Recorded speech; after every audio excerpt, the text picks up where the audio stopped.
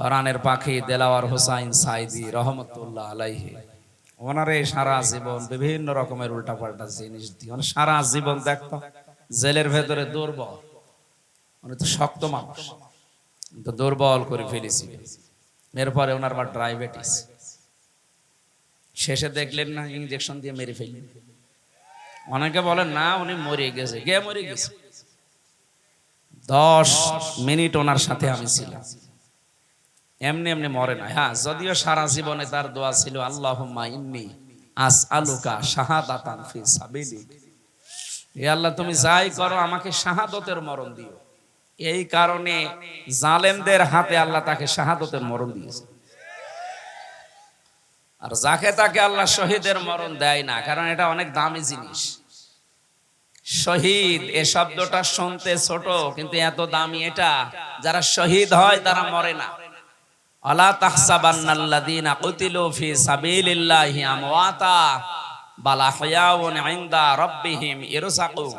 সূরা আলে ইমরানে 169 নম্বর আয়াত। আল্লাহ তাআলা বলেন, হে নবী, যে মানুষগুলো শহীদ হয় এদেরকে আপনি বলবেন না যে মরে গেছে, এমনকি ধারণাও করবেন না। এক জায়গায় আছে ওয়ালা তাকুলু লিমা ইয়ুকতালু, আর এক জায়গায় আছে ওয়ালা তাহসাবান্নাল্লাযীনা কুতিলু। মুখ দিয়ে তো বলবেনও না, অন্তরে ধারণাও করবেন না যে যারা শহীদ হয়েছে এরা মরে গেছে। না, মরে গেছে তো ওই মানুষটা যে মানুষটা জুলুম অত্যাচার নির্যাতনের মাস্টার মাইন্ড ছিল, এরা মরে যায়। কিন্তু শাহাদতের মরণ পেলে মানুষ মরে না, এরা জীবিত থাকে এবং আল্লাহ নিজে তাদেরকে কুদরতের হাতে খাবার খাওয়ায়। সুবহানাল্লাহ বলেন। উনি যদি সত্যিই মারা যেতেন, এই যে আমার পাশে যারা মুরব্বী বসে আছে, এ মানুষগুলোর ঈমান অবশ্যই আছে, কিছু না থাক আল্লাহ একজন আসে, বিশ্বাস নেই। এখন যদি এই বিশ্বাসের উপরে মরে যায়, কবরে থাকবে, ঘুমিয়ে থাকবে, এতটুকু শেষ। উনি যদি এই অবস্থায় ঈমান নিয়ে মারা যেতে পারে, কবরে শুয়ে থাকবে, মাম বাআসনা মিন মারকাদিনা হাযা মা ওয়াদার রহমান ওয়া সাদাকাল মুরসালুন। কিয়ামতের যেদিন সিংহায় ফুৎকার দেওয়া হবে, ফাইদা নুফিখা ফিস সূর, ওই ফুৎকারের সঙ্গে সঙ্গে উনি চোখ মুখ ডলতে ডলতে উঠবে আর ধমক দেবে, আমারে জাগালেন কেন? আমি তো ঘুমিয়েছিলাম। মনে হচ্ছে কেবল 8-10 মিনিট আগে ঘুমিয়েছে, অথচ কোটি কোটি বছর ওর জীবন থেকে আল্লাহ পার করে দিয়েছেন। ঘোষণা দেওয়া হবে, এইটাই সেই রহমানের ওয়াদার দিন, কিয়ামত কায়েম হয়ে গেছে, ওঠো। আপনি একটু সামনে দৃশ্যটা নিয়ে আসেন তো নিজের জীবনে, যে এরকম একটা সময় আমাদের সবার সামনে আসবে, কিয়ামতের ওই কঠিন ময়দান যেদিন কায়েম হয়ে যাবে, একটা ফুৎকারে আপনি উঠবেন, চোখ ডলতে ডলতে উঠে দেখবেন যে সবাই দৌড়াচ্ছে ময়দানে, হাসরের ময়দানের দিকে। ফাইদা নুফিখা ফিস সূরি ফালা আনসাবা বাইনাহুম ইয়াউমাইযি ওয়ালা ইয়াতাসাআলুন। যেদিন ফুৎকারটা দেওয়া হবে ওই দিনের পর থেকে আল্লাহ পাক কিয়ামত যখন বিচার শুরু করবেন, তখন পর্যন্ত কোনো সম্পর্ক আর থাকবে না। যত রকমের সম্পর্ক দুনিয়া আপনার ছিল, রক্তের বলেন, আত্মীয়তার বলেন, দলীয় বলেন, পৃথিবীর বিভিন্ন সম্পর্ক আমাদের সাথে আছে, এমনকি প্রেমিক প্রেমিকার সম্পর্ক থাকবে না। অনেকে দেখে মাথায় হাত দিয়ে বলে, আল্লাহর কসম করে বলো যে আমারে ভুলে যাবা না। কিসের ভুলে যাবা না?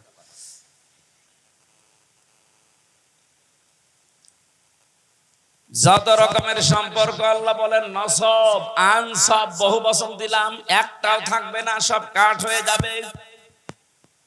ইয়াউমাইযি ওয়ালা ইয়াতাসাআলুন। এমনকি পৃথিবীতে যে মানুষগুলো একে অন্যের কাছে কিছু আশা করে, চায়, এরকম কোন মানুষ দেখলেই তাড়াতাড়ি দৌড়াবে, ওর কাছে কোনো কিছু জিজ্ঞাসা করার সুযোগ দেবে না। এই দুনিয়া আমরা বিপদে পড়লে বাবাকে দেখলে মনে হয় যে আশা জাগে না, উনি আমার জন্য হয়তো কোনো জায়গায় কিছু চেষ্টা করছেন। আল্লাহর কসম, কোরআনে কারীম সূরা মুমিনুনের ভেতরে আল্লাহ এটা জানিয়েছেন, সিংগায় ফুৎকার দিলেই ওই বাবা পর্যন্ত মনে করবে হয় আমার কাছে আসতে পারে, এজন্য ও দৌড়াবে। কি করবে? ন্যাংরা মানুষ যেভাবে দৌড়ায় ওইভাবে না। ইয়াউমা ইয়াফিরুল মারউ মিন আখি, এই যে আল মারউ মিন আখি, এর আগে আল্লাহ ইয়াফিরু দিয়েছেন। ইয়াফিরু শব্দের শাব্দিক অর্থ হচ্ছে মাজা তুলে দৌড় দেওয়া। আপনার আত্মীয় স্বজন যত রকমের সম্পর্কের মানুষ আছে, ও দেখা মাত্রই মাজা তুলে দৌড় দেবে। বলেন নাউজুবিল্লাহ। এই জন্য আমার এই কথাটা একেবারে বাস্তব, আপনি নিজের চোখের সামনে মিলাবেন। কিয়ামতের দিন সবাই যখন উঠতে থাকবে, আর শহীদ যারা হয় এই মানুষগুলো খেতে থাকবে। সুবহানাল্লাহ বলতে পারেন না? এই জন্য শহীদ এই শব্দটা খেলাছোড়া বিষয় না। এ জেলাতে যিনি রাষ্ট্রপতির দায়িত্বে ছিলেন, শহীদ জিয়াউর রহমান, শব্দটা ওনার নামের আগে আন্দাজে লাগানো হয়নি, চিন্তা ভাবনা করে লাগিয়েছে। সারা পৃথিবী জানে এই বাংলাদেশের সংবিধানের উপরে আল্লাহর উপরে আস্থা, এই কথাটা উনি লিখেছিলেন। কথা বলেন না কেন? বিসমিল্লাহির রহমানির রহিম, এটা দিয়ে সংবিধান শুরু হবে, এটা উনি লিখেছিলেন। ওনার জীবনে ভুল ত্রুটি হয়তো আছে মানুষ হিসাবে, আল্লাহ যদি বিচার করে যে আল্লাহর উপরে আস্থা, এই দিকে তাকিয়েও আমার মনে হয় আল্লাহ ওনারে মাফ করে দেবেন। ওনারে মাফ করে দিলে আমাদের বিশাল ক্ষতি হয়ে যাবে। বলেন আমার ভাইরা, আমি যে কথাটা তুলেছিলাম, শাহাদতের মরণে কোনো কষ্ট নেই। এজন্য আমার আল্লাহ পাক হযরতে মাওলানা দেলাওয়ার হোসাইন সাইদি রহমতুল্লাহ আলাইহি, ওনাকে সাধারণভাবে জেলখানায় মরণ না দিয়ে জালেমদের হাতে শাহাদতের মরণ দিয়েছেন। কারণ এই মরণে আল্লাহ কোনো কষ্ট রাখেন। ক্ষমতায় দিতে পারে আল্লাহ ছাড়া অন্য কেউ, কিন্তু যারা বলে জনগণ তাদের ঈমান আছে, ঈমান আছে কিন্তু শিরকপূর্ণ ঈমান। আর শিরকপূর্ণ ঈমান থাকলে আল্লাহ তাকে মাফ। বগুড়াবাসী সত্যি করে বলছে, আল্লাহর কসম আপনাকে আমি ভালোবাসি, আপনি ভুল পথে আছেন। এই দেশে যারা এই বিশ্বাস করে না তারা বিপদে ছিল এতদিন। যারা বলতো না ক্ষমতার উৎস আল্লাহ, তাদের নিবন্ধনও বাতিল করে দিয়েছিল, তাদের নিষিদ্ধ করেছিল। এক কথা বলছেন এখন। যারা বলতো না ক্ষমতার উৎস জনগণ, তারা ঠিক ছিল। আর ভাই আপনি তো জাহান্নামে যাচ্ছিলেন, এদেরকে ব্যান্ড করার পরও এরা মানে নাই, বলছে না ক্ষমতার উৎস জনগণ, মানি না তো মানি না। আল্লাহ ঠিক যেন 5 দিন পরে তাদের পোড়াটা উল্টিয়ে দিয়েছেন। কারণ ওই জালেমরা হাত দিয়েছে জামাত ইসলামের গায়ে না, ওরা হাত দিয়েছে সরাসরি একেবারে আল্লাহর গায়ে। আল্লাহু আকবার, আল্লাহু। আপনি এই জায়গায় বলেন যে আল্লাহ সব কিছুর উপরে, আর এই ক্ষমতার মতো একটা ছোট্ট জিনিসের কাছে এসে বলছেন না এইটার মালিক আল্লাহ না জনগণ। যাদের এরকম বিশ্বাসে অপবিত্রতা আছে, আপনি পাল্টিয়ে যাবেন আজকে। এর জন্য যদি দল ত্যাগ করা লাগে ওইরকম দল ত্যাগ করবেন না। এবার আওয়াজ বেশি হয়নি আমি জানি, আর এটা বগুড়ায় হবেও না। কথা বলছে না কেন? যেই দলের বিশ্বাসে এই শিরিক আছে যে ক্ষমতার উৎস জনগণ, ওইটার মুখে ঝাঁটা মেরে চলে আসা লাগে। ও দল যদি আমার বাবাও তৈরি করে, ও দলে আমি নেই, কারণ আমার বাবা জাহান্নামে গেলে আমি তার সাথে যেতে পারি না। কথা বলেন, আগে বাবার সাথে যাবেন। এবার একটা নতুন তথ্য বলছে, এখানকার আলেম চলে গেছে নাকি? এবার ভালো করে শুনবেন। আল্লাহ রাব্বুল আলামিন বলেন, ওমান দাখালাহু কানা আমিনা। সূরা আলে ইমরানে আছে, 93 নম্বর আয়াতের মাঝের অংশে আছে। রব্বুল আলামিন বলেন, এই যে কাবা শরীফের যে চত্বরটা, এখানে কেউ প্রবেশ করলে তাকে আল্লাহর নিরাপত্তা দিয়ে দেয়। কে? কেন? ফিহি আয়াতুম বাজ্জিনাতুন, এখানে আল্লাহর বিভিন্ন নিদর্শন আছে। মাকাম ইব্রাহিম একটা নিদর্শনের নাম মাকাম ইব্রাহিম, যেটা লিফট হিসাবে ব্যবহার করে ওই পাথরের উপরে দাঁড়িয়ে দাঁড়িয়ে ইব্রাহিম আর ইসমাইল নবী কাবা ঘর বানিয়েছিলেন। এই যে লিফট আবিষ্কার হয়েছে এই পাথর থেকে, দাঁড়ালে এই লিফটের মতো চলে যেত উপরে। আবার যখন মনে করতেন আমি নেমে পাথর আবার নিতে চাই, তখন আবার নিচে নেমে পড়তো। যারা হজে গেছেন দেখেছেন কাবার পাশে কয়েক হাত ধরে হযরতে ওমর ওই পাথরটা ওখানে রাগিয়ে রেখেছেন, আগে কাবার সাথে ছিল। এখন মানুষের সুবিধার্থে এটা করা। আল্লাহ পাক বলেন এই চত্বরের ভেতরে আল্লাহর বহু নিদর্শন আছে, তার এক নাম্বার নিদর্শন ইন্না আউওয়ালা বাইতি উবদিআ লিন-নাস লাল্লাযী বিবাক্কাতা মুবারাকাও ওয়া হুদাল লিল আলামিন। পুরাতন প্রাচীন একটা নাম মক্কা শরীফের বাক্কা। কি নাম? এই মক্কার নাম ছিল বাক্কা। এই বাক্কায় পৃথিবীর প্রথম ঘর আল্লাহ প্রতিস্থাপন করে দিয়েছেন, তার নাম কাবা। নাম কি? এই ৭৫-এর ভেতরে কেউ গেলে তাকে নিরাপত্তা দিয়ে দেয়, শান্তি স্বস্তি, সে নিরাপদ হয়ে যায়। কে? আরো জোরে বলেন। আমি কেন এটা বলছি বারবার বলেন তো? আমি এটা বোঝাতে চাই কাবা শরীফের চত্বরটা আল্লাহ এমন নিরাপদ বানিয়ে দিয়েছেন, অথচ ওই এরিয়ার বাইরে গেলে অনেক উল্টাপাল্টা কাজ চলছে, রাহানাদানি চলছে, ছিনতাই চলছে, মারামারি চলছে, রক্তপাত চলছে, ধোঁকাবাজি চলছে। কিন্তু কাবার চত্বরের ভেতরে কোনো মারামারি রক্তপাত বলেন বলেন এমন কেউ বাবার হত্যাকারীও যদি দেখে কাবার চত্বরের ভেতরে, না নরম হয়ে যায়, বলে না এখানে মারা যাবে না, বাইরে চলেন। তার এই যে বারবার আমি কথাটা তুলছি এই কারণে, এখানে যেহেতু আল্লাহর বিধান মতো মানুষ চলছে, এই কারণে জায়গাটা পরিপূর্ণ নিরাপত্তা দিয়ে বেষ্টন করা। এদিকে তাকান, এদিকে। কাবার এই চত্বরটা বিধান চলে কার? এজন্য জায়গাটা নিরাপত্তা দিয়েছেন কে? কাবা শরীফ থেকে বাংলাদেশের দূরত্ব ৬০০০ কিলোমিটার। এইটা তো আর কাবা না, কথা বলে না কেন? তাহলে এই ৫৬,০০০ বর্গ মাইলের বাংলাদেশ যদি কেউ নিরাপত্তা চাদর দিয়ে ঢেকে রাখতে চায়, এখানেও ছিনতাই হবে না, এখানেও রক্তপাত হবে না, এখানেও ধোঁকাবাজি হবে না। ওখানে যেমন আল্লাহর বিধান কায়েম করার মাধ্যমে আল্লাহ নিরাপত্তা দিয়েছেন, এই ৫৬,০০০ বর্গ মাইলে আল্লাহর বিধানটা কায়েম করে দেন, ঠিক কাবা শরীফের মতো হয়ে যাবে।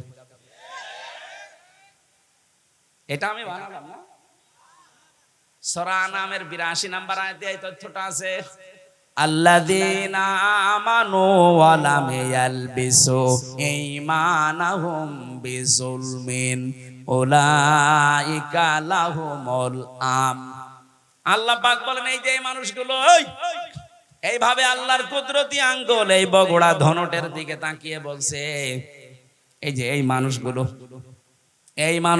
আল্লাহর পক্ষ থেকে নিরাপত্তা পাওয়ার হকদার। কারা? যারা তাদের ঈমানের সাথে শিরিক মিশ্রণ করে না। এখানে জুলুম মানে শিরিক। তাহলে আমরা বাংলাদেশকে যদি কাবার মতো নিরাপত্তা দিতে চাই, এই ৫৬,০০০ বর্গ মাইলে বসবাস করে যদি আমরা নিশ্চিন্তায় থাকতে চাই, আমাদের চুরি ডাকাতি ছিনতাইয়ের রক্তপাতের হত্যার কোনো ভয় থাকবে না, আয়না ঘরের কোনো অস্তিত্ব থাকবে না।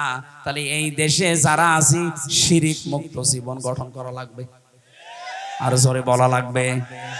শিরিক কি? এই আয়াতের দ্বিতীয় শব্দ এটা, আ'বুদুল্লাহ ওয়া লা তুশরিকু বিহি শাইআ। আল্লাহর ইবাদত করবা আর শিরিক করবা না।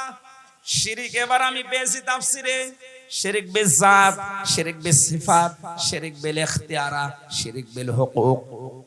এই ৪ প্রকারগুলো আবার শ্রেণী বিভাগ করে করে ৮ প্রকার, ১২ প্রকার, ২২ প্রকার, ৪২ প্রকার, ৭২ প্রকার, ১২০ প্রকার পর্যন্ত শিরিক আছে। সবগুলো আমি নোট করেছি।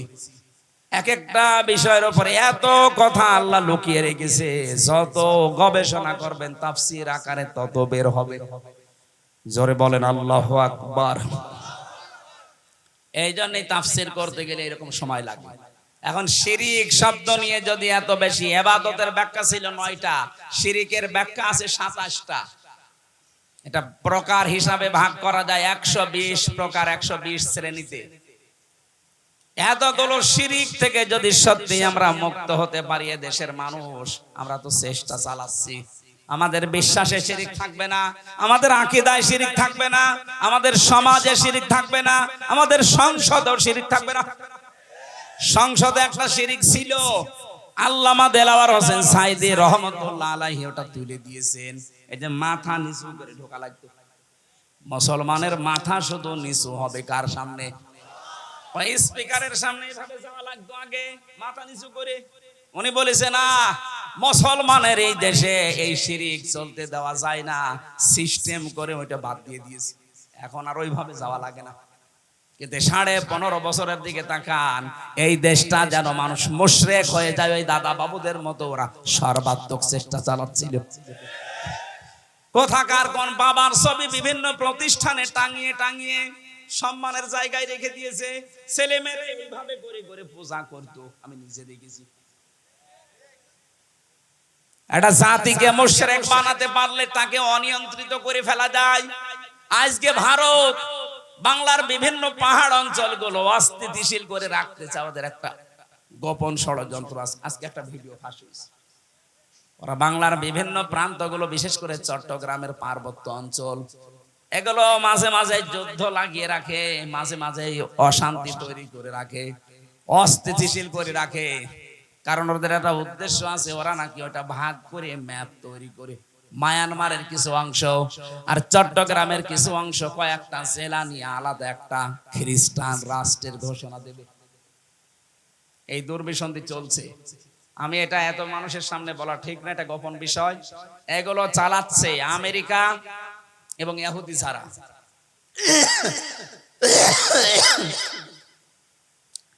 এদের এই গোপন ষড়যন্ত্র যদি বাস্তবায়ন হয়ে যায়, এই যে উপদেশটা 3 বার পাল্টিয়ে গেল, ডক্টর মোহাম্মদ ইউনূস থেকে একবার, এরপরে আবার কয়েকজন, এরপরে কয়েকদিন আগে আবার 3 জন, এগুলো এমনি এমনি করছে না, একটা দুর্বিসন্ধি আছে।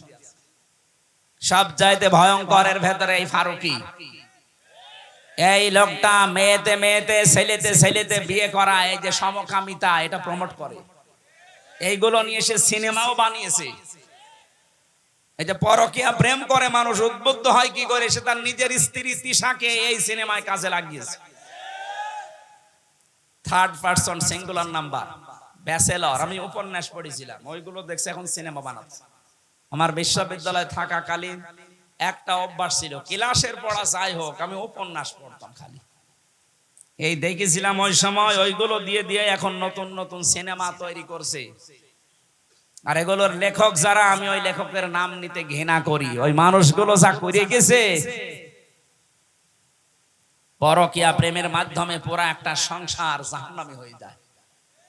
2, 3, 4, 5 সন্তানের ছেলে মেয়ের মা সব রেখে আল্লাহর রাস্তায় চলে যায়।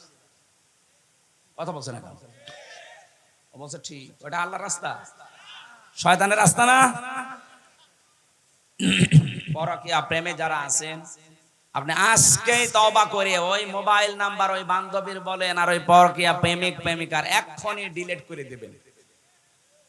ও বলছে ঠিক, তার মানে ওর মোবাইলে আছে। এদিকে আসো।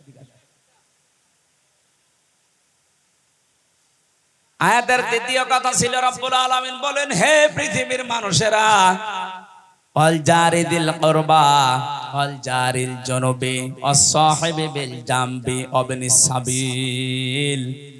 পৃথিবীর ময়দানে যারা আত্মীয় স্বজন আছে, প্রতিবেশী হোক আর অনাত্মীয়, তাদের সাথে মিলমিশ করে চলবা, ভালো ব্যবহার করবা। আজ হাজারো মানুষের কারণে প্রতিবেশী অশান্তিতে আছে, অথচ লোকটা নামাজ পড়ে। কথা বলে না কেন?